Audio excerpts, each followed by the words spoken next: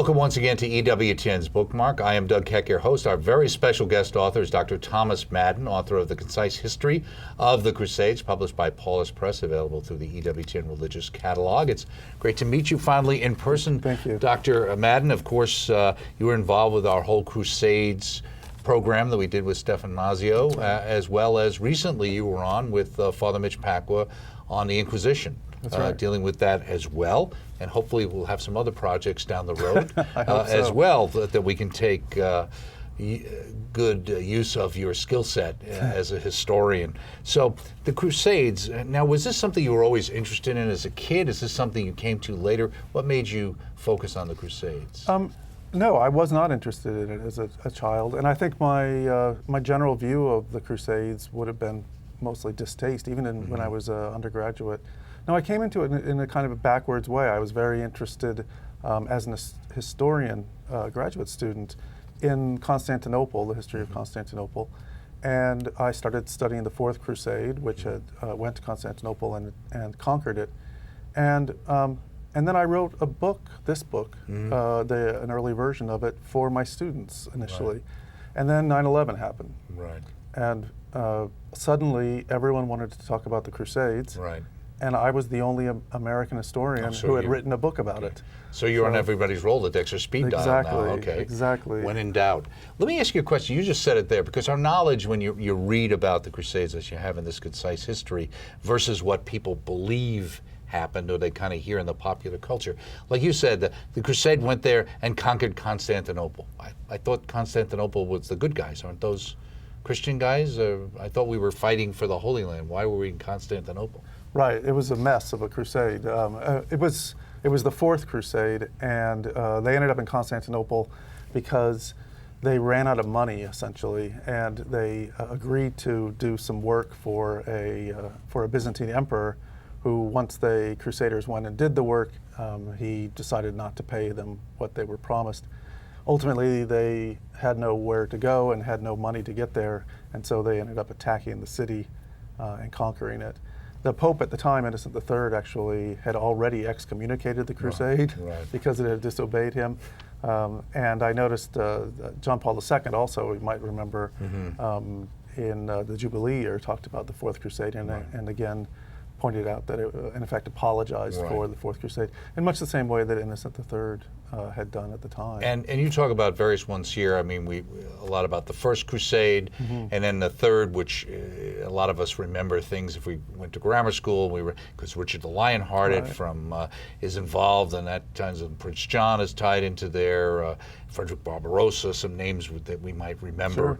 And Lion in Winter, that particular film and play based on Richard and Henry II, etc. So there's we connect to that. But how many different crusades are there? And also, are all the crusades, and I think the answer is no, all going to the Holy Land? You seem to say that wasn't the case. Right, great question. People will often think that there are a set number of crusades because there's a First Crusade, a Second Crusade, a Third Crusade. It stands to reason that there must be a number of them because we're numbering them. But those numbers are actually a modern convention. They were never used at the time.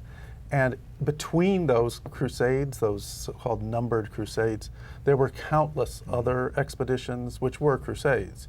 They were men who were taking the cross, making the vow to go to the Holy Land or to another direction for a crusade, and then completing those vows. And so they were happening all the time. So there's actually no answer to how many there were. They happened all the time between roughly 1095 to well into the 16th century. So it's about 5 centuries. But there's around 200-year period that's the most what's the Holy Land focused on. Yeah, oftentimes the traditional crusades are the ones between 1095 and 1291.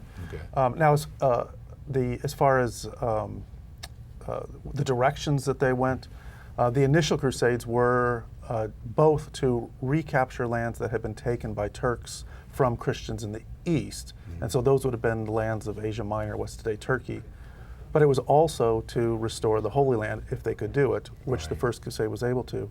The Second Crusade also went to the Holy Land. The Third Crusade, the Fourth Crusade was supposed to go to the Holy Land. Over time, though, even beginning with the Second Crusade, there were other destinations for them.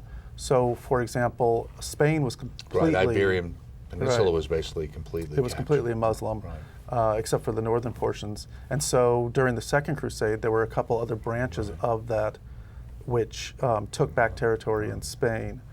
There were also the Wendish Crusades, where they were fighting in the Baltics against pagans who were attacking missionaries and attacking the other Christian areas. And those are the ones which... There's even one considering the Albigensians, the right? Albigensian Crusade, which is in southern France. In the 13th century, it was called because of essentially violence by heretics against Catholics, ultimately culminated in the murder of the papal legate.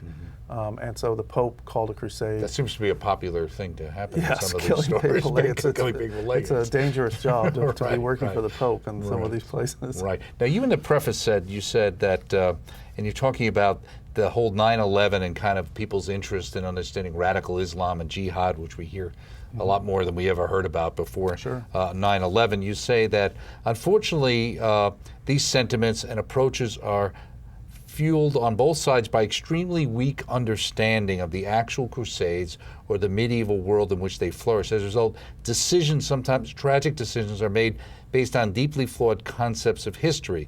You say, despite a modern groundswell of interest, the Crusades remain today one of the most commonly misunderstood events in Western history.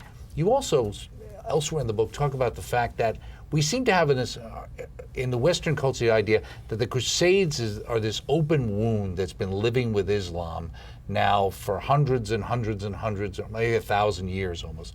But it seemed to be that you were talking about, if I read it right, the idea that the problems of the Crusade, of that thing, really wasn't that well known or made into an issue for many Islamists until only in the last couple of hundred years. Is that true? That's right. Okay. Even when the Crusades were happening, most Muslims, even in the Middle East, in the Holy Land, had no idea what the Crusades were, nor did they care. They knew that there were these infidels that had arrived and had conquered some territory, but they viewed it as that it had nothing to do with Christianity. They didn't care about Christianity. It had to do with their own sinfulness, that they were divided and they were being sinful, and therefore God was punishing them. Okay. And that when they unified and when they stopped being sinful, God would get rid of the infidels. And ultimately, that is what happened once they unified. You have to remember, in the Middle Ages, the superpower of the Middle Ages is Islam. The Christian world is very small and getting smaller, and it's very weak. So the victory of the First Crusade was unprecedented, and in fact, it wouldn't happen after that. All of the other crusades against Muslims ultimately failed because the powers that the Islamic empires could bring to bear were so great that the Christian West simply, all that they could do was kind of slow the advance of it. Right. Well, it was interesting too. One of the reading in one part of the book, it was about the idea of that they wanted the Christians, pilgrims, to be able to come to Jerusalem because that's where the money was. Right. And in fact, that's what I mean. Jerusalem doesn't really have much reason to exist, commercially anyway, besides pilgrimage. And the Arabs, after they conquered Jerusalem in 637, they allowed the Christians to continue to come to the Church of the Holy Sepulchre because they brought money with them when they came. The problem came when the Turks conquered it from the Arabs. And that happened in the 11th century. When they did that, there was a lot of violence against Christians. And what was different about that? And where did the Turks come from? And what was different about them and their perspective of Islam versus what the Arabs, let's say, had? They were much more recent converts. They had only converted a few decades before they actually arrived in the 11th century. They're an Indo-European people that come from the steppes. They came into the areas of what are now Armenia and eastern Turkey, and then swept into Syria and into Baghdad and captured all of that territory. And then they took Jerusalem away from the Arabs. The Arabs obviously did not like the Turks, and the Turks were not fond of the Arabs, but they were both Muslims. But the Turks were they were not very sophisticated people. Obviously, they had just come in off of the steppes. And they could not understand why the Arabs allowed all these Christians to come into to the Holy City. Right, so they had this level of fervor Right. that maybe Yeah. wasn't quite there with the Arabs who'd learned to live their faith along with being Right. practical. Now, the Arabs weren't saints either. I mean, the Fatimid Sultan in 1009 had ordered the destruction of the Church of the Holy Sepulchre. Some people say today that he was insane, Right. but whatever the case, he did destroy the Church of the Holy Sepulchre. The one that we see today is mostly a creation of the Crusaders. Okay. You say for Western Europeans, the Crusades were epic struggles that helped to fashion their image of themselves and their place in the larger world. How did it fashion their self-image? Because the Crusades themselves, the idea behind the Crusades was the defense of Christendom, the defense of the body of Christ. And so that project really kind of bound them together. They saw themselves, there was no nationalism in the medieval period. People didn't think of themselves as French or German or English. They saw themselves as Christians, as part of the body of Christ. And this became a major enterprise to defend, in the Middle Ages, to defend Christians who were far away and who had nobody else to defend them. So they were brothers and sisters in Christ, and you were doing this act of charity and love. It was love of neighbor and charity for your neighbor to go and try to restore their lands back to them. That's how the Crusades were initially viewed. Right. Well, you mentioned also in the book, I think, the idea that we don't appreciate how important the Holy Land and Jerusalem was viewed by the people, by Christendom. Right. That the value of it, how so? Well, the Crusades really changed that as well, because prior to the Crusades, most Christians, when they talked about Jerusalem, tend to talk about the heavenly Jerusalem. They didn't think a lot about the physical city. But once the Crusade began, once they went to take back those lands and give them back to the Christians in the East, and they actually took the physical city, then that changed. And once they got there, they realized that Jerusalem is itself a relic. It's a precious relic sanctified by the life, death, and resurrection of Christ. And so holding Jerusalem was a clear indication for Europeans that God favored them, that they were doing the right thing. Because the victory that they won was completely unprecedented. I don't know any other case in human history in which you have tens of thousands of men march thousands upon thousands of miles deep into enemy territory without any good plan or any good strategic reason for being there. They weren't very successful, certainly early on. Right? Well, the First Crusade was, it always teetered on the brink of disaster, but something always happened to save it. And ultimately, it conquered Jerusalem, and in fact, built an entire kingdom, the Latin kingdom of Jerusalem, which would last almost 200 years. You say from a distance, the Crusades do look like giant, great armies, and directed by the church against the enemies of Christ, yet from within the ranks it was a very different picture. What would that picture be? A crusade was made up of individual crusaders, and those individual men did not take a vow to obey anyone unless they had a vow of fealty to them of some kind. A particular lord who might be funding what they're doing. That's exactly right. Okay. Each one of them took a vow to God, and that vow was a binding vow to go to the land of his son and to fight for the preservation of that land and for the preservation of pilgrims and the people in the East. And whatever it took for him to get there and to complete that vow, that's what the Crusader wanted to do.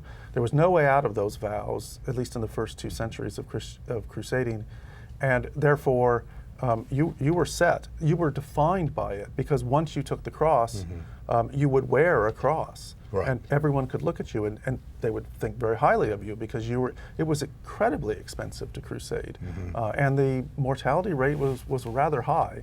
So you were undertaking something. Well, you have even wealthy landowners, families selling property and other things to get the money to be able to support the army or the unit that they were bringing with them. Right? Yeah, and I think that's one of the things in the last 30 years that we've learned the most about. Mainly using computers and other kinds of new technology, by looking at, in aggregate form, thousands of charters that these crusaders wrote. And we can see that they were impoverishing themselves to go on these crusades. The old idea that this was some kind of colonialism, that these men were going off because they wanted to conquer new territories for themselves, first of all, they already had territories, and secondly, well over 99% of the Crusaders who went to the Holy Land came back with nothing or less than nothing. Very, very few ever decided to stay. When you read what the Crusaders wrote and the way they talked on the march, it often reminds me of when you hear American servicemen in wartime. It's always, I'm here to do a job, I want to do the job and go home. Go home, right. And that was really what the Crusaders wanted. They wanted to go home. Right, right. Now it says, to many, the extensive preparations of the church and nobility for the crusade, this is talking about the First Crusade, seemed not only superfluous but almost faithless. If Christ's soldiers marched to the Holy Land, would he not scatter the infidel Turks as he had the Philistines long ago? So this whole idea, well, if we just show up there. And I remember, and I forget where I read it in the book, but I still remember there was like the Children's Crusade at one time. They all ended up being captured and sold into slavery or whatever, as I recall. But Some did, yeah. Peter the Hermit, who was he? He was a very charismatic preacher in the 11th century. He was quite taken by the idea of the crusade, and he began preaching it to enormous audiences all across Europe, and many, many people took the cross. The problem is a lot of those people who took the cross had no means to actually go on crusade. They tended to be poorly skilled. They might not know how to fight at all. They did not have any income, so they couldn't fund themselves to go. And those are precisely the people that the Pope had in fact said should not be involved in this, because this was a military operation. But it was part of a whole kind of spiritual enthusiasm that they felt, and so they marched with him, and really believing that God would, if they just simply had the faith, God would give them victory. There was a general view in the Middle Ages that if God is on your side, then you will always be victorious. And that's what the Arabs and the Turks thought as well, yes, right? Yes, absolutely. I mean, they looked at it, both sides looked at it in much the same way. Well, Crusaders, what is it? God wills it, God wills it? That's right. That's what they chanted. That was the chant that they had. Now, so how successful were they? I mean, obviously there was some period of time where the Crusaders got to Jerusalem. There was some area that was set up, and protection area that with the idea of protecting the pilgrims could come. And we hear people like the Templars and the Hospitallers. And so how did that happen? How long a period of time did we actually, let's say, Christendom control that area before it was taken back? And is that why there were subsequent crusades? Yeah, the First Crusade conquered Jerusalem in 1099, and that began this sometimes called the Crusader Kingdom. They just called it the Kingdom of Jerusalem. Over the subsequent decades, they conquered more of the territory along the coast, and mainly what's today Israel, Jordan, Lebanon, Syria. All those came into this Crusader Kingdom. And it lasted, in that form, it lasted until 1187. So about 88 years, a fair amount of time, before Saladin, the leader from Egypt, was able to bring together Egypt and Syria under his control, and then he waged war against the Christians, defeated them, and conquered Jerusalem. Nevertheless, after that, under Richard the Lionheart in the Third Crusade, they were able to take back everything along the coast, but they couldn't get Jerusalem back. And so that's what kind of really caused Europeans to really search their souls as to why is God angry with us? Why won't God give us back Jerusalem? And they had lost the largest portion of the relic of the true cross too, and that really was, I mean, everyone from peasant to king thought about that every day, that the true cross was lost. And that's why you have these really large crusades, like the Fourth Crusade or the Fifth Crusade, or the Crusades of St. Louis. These are really massive operations to try to take back Jerusalem in the 13th century, particularly. Now, you said the Third Crusade marks the height of the crusading movement. Why do you say that? I think largely because it's the first one where you have very powerful monarchs coming together for one operation. You have, as you mentioned, Richard the Lionheart. You have Philip II, Augustus of France, and you have Frederick Barbarossa of Germany.